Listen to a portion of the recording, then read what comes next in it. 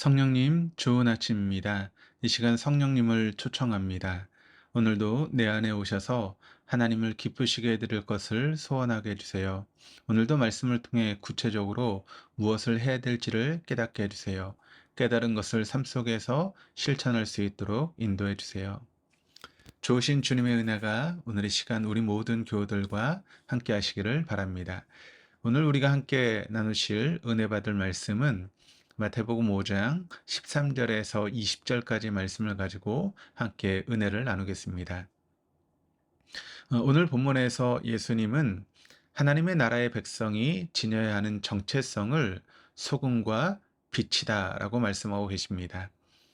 13절, 15절 말씀을 보시면 너희는 세상의 소금이니 소금이 만일 그 맛을 잃으면 무엇으로 짜게 하리요. 후에는 아무 쓸데없어 다만 밖에 버려져 사람에게 밟힐 뿐이니라. 너희는 세상의 빛이라. 산 위에 있는 동네가 숨겨지지 못할 것이요. 사람이 등불을 켜서 말 아래 두지 아니하고 등경 위에 두나니 이러므로 집안 모든 사람에게 빛이 느니라. 여기서 우리는 소금과 빛이 그냥 소금과 빛이 아니라 세상의 소금이며 또 세상의 빛이다 라고 하는 것을 주의해서 보아야 합니다. 다시 말해서 하나님 나라의 백성이 지녀야 되는 올바른 정체성은 우리가 사는 이 세상에 영향을 주고 이 세상을 변화시키는 원동력이라는 의미입니다. 그런데 주님께서 말씀하신 소금과 빛은 각각 독특한 성질을 지니고 있습니다. 먼저는 소금이 지니고 있는 성질이 13절 말씀을 보시면 너희는 세상의 소금이니 소금이 만일 그 맛을 잃으면 무엇으로 짜게 하리요.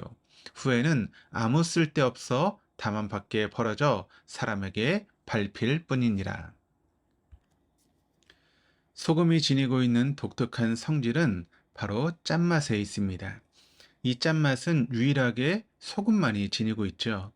이 짠맛으로 인해 소금은 부패를 방지하는 방부제 역할을 하기도 하고 또 때로는 음식에 맛을 더해주기도 합니다. 그런데 방부제가 되었건 음식의 맛을 더해주건 간에 소금이 소금으로서의 역할을 감당하기 위해서는 소금 반드시 녹아야 합니다. 과거 팔레스타인 지역에 있는 소금에는 불순물이 굉장히 많았다고 합니다. 그런데 소금 관리를 잘못하면 그 소금은 소금의 짠 성분은 모두 녹아버리고 불순물만 남는 경우가 있었습니다. 그리고 이 불순물은 소금처럼 흰 가루의 모양을 하고는 있지만 이미 쓸모없게 되어 버려지고 말았습니다. 녹지 않은 소금은 소금으로서의 가치가 없이 버려져서 사람에게 밟히고 마는 불순물일 따름입니다. 주님은 하나님 나라의 백성은 또한 이 세상에 빛이어야 된다라고 말씀하셨습니다. 이 빛 또한 독특한 성질을 지니고 있는데 14절, 15절 말씀이 이렇게 증거합니다. 너희는 세상의 빛이라. 산 위에 있는 동네가 숨겨지지 못할 것이요 사람이 등불을 켜서 말 아래 두지 아니하고 등경 위에 두나니 이러므로 집안 모든 사람에게 빛이 느니라. 여기서 말하는 빛은 전기에 의해서 작동하는 전등이나 LED 등을 의미하지 않습니다.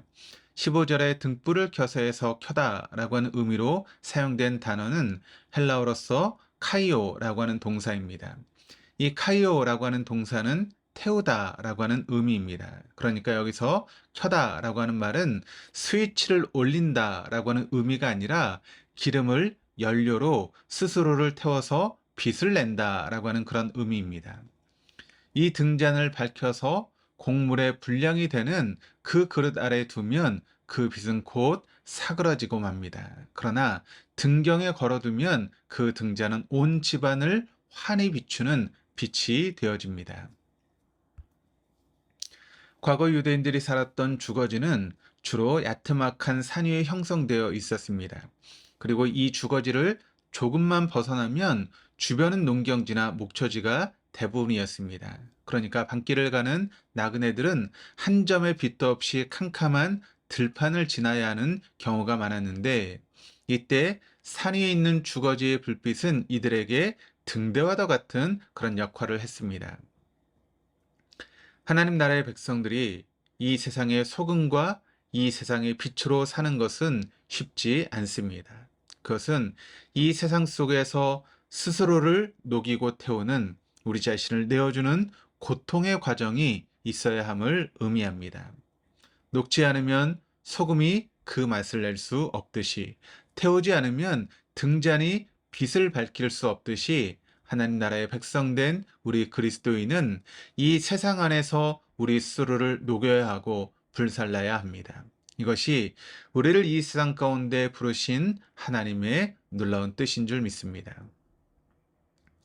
우리가 이 세상 안에 녹아들어야 하고 스스로를 불살라야 한다는 것이 이 세상의 가치를 쫓는다라고 하는 그런 의미이겠습니까? 그렇지 않습니다. 오히려 그 반대입니다. 주님은 이렇게 우리에게 말씀하고 계십니다. 17절 말씀을 다시 한번 보시면, 내가 율법이나 선지자를 폐하러 온 줄로 생각하지 말라. 폐하러 온 것이 아니요 완전하게 하려 함이라.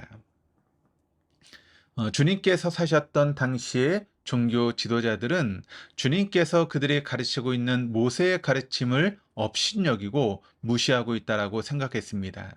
그러나 실상 주님은 하나님 말씀 그 자체이셨습니다. 하나님의 말씀이신 주님이 모세가 가르쳐 준 율법과 선지자들의 가르침을 업신 여기셨겠습니까? 주님은 어려서부터 철저히 율법과 율법의 가르침을 몸에 익히고 준수하신 분이십니다.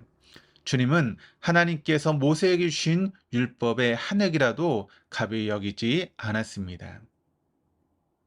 20절 말씀을 보시면, 내가 너에게 이르노니 너희 의가 서기관과 바리새인보다 더 낫지 못하면 결단코 천국에 들어가지 못하리라. 주님은 겉으로만 의로운 척, 거룩한 척하는 당시 종교 지도자들의 수준을 뛰어넘는 것을 말씀하셨습니다. 과연 이것이 가능하겠습니까? 흉내 내려고만 하면 불가능합니다. 겉으로 의로운 척, 거룩한 척 하려고 하면 우리는 결코 그들의 수준 이상이 될 수 없습니다. 우리가 하나님 나라의 참된 백성으로 살 수 있는 능력은 바로 우리 내면의 변화에 있습니다. 주님께서 가르쳐 주신 복은 하나님 나라의 백성이 되는 조건이나 자격이 아닙니다. 주님은 이미 우리를 하나님 나라의 백성으로 삼아 주셨고 우리를 향해 복되다라고 선포하셨습니다. 율법을 지키는 수준을 보고 우리를 부르신 것이 아니라 이미 주님께서 먼저 그 길을 가셨고 모든 것을 완전하게 하셨습니다. 그 완전함의 끝자락에서 주님은 우리를 부르고 계십니다. 하나님 나라 백성으로의 초대, 이것은 우리의 자격을 드리는 부르심이 아니라 우리의 마음 중심을 내어드리는 부르심입니다. 사랑하는 교회 여러분, 하나님 나라의 백성으로 사는 것이 어려우십니까? 스스로를 녹여 이 세상의 소금이 되고 스스로를 태워 이 세상을 비추는 빛이 되는 것이 어려우십니까? 주님께서는 이미 온전히 그리하셨습니다. 먼저 가신 주님께서 우리를 향해 손을 내밀고 계십니다. 그리고 그 손을 꼭 잡으십시다. 우리의 손을 붙들고 계시는 그분께서 우리 또한 끝까지 그 길을 갈 수 있도록 도우시고 인도하실 것입니다. 기도하시겠습니다. 하나님, 왕이신 주님께서 이 땅에 오셔서 친히 먼저 스스로를 녹여 소금이 되시고 스스로를 태워 빛이 되어 주셔서 감사합니다. 우리에게 이 세상은 여전히 크고 두려운 곳입니다. 그러나 우리보다 먼저 그 길을 가신 주님이 계시기에, 그리고 강한 팔로 우리를 향해 손을 내미시고 우리를 붙들고 계시기에 감히 용기를 내어보려고 합니다. 주님, 우리의 마음을 드리오니 좌정하셔서 우리의 왕이 되어 주옵소서. 그리하여 이 세상이 두렵다고 피하거나 은둔하는 우리의 오늘이 아니라 그 능력의 팔을 의지하여 이 세상의 소금과 이 세상의 빛으로 사는 하루가 되어줄 수 있도록 인도하여 주옵소서. 감사드리며 예수 그리스도 이름으로 기도드립니다. 아멘.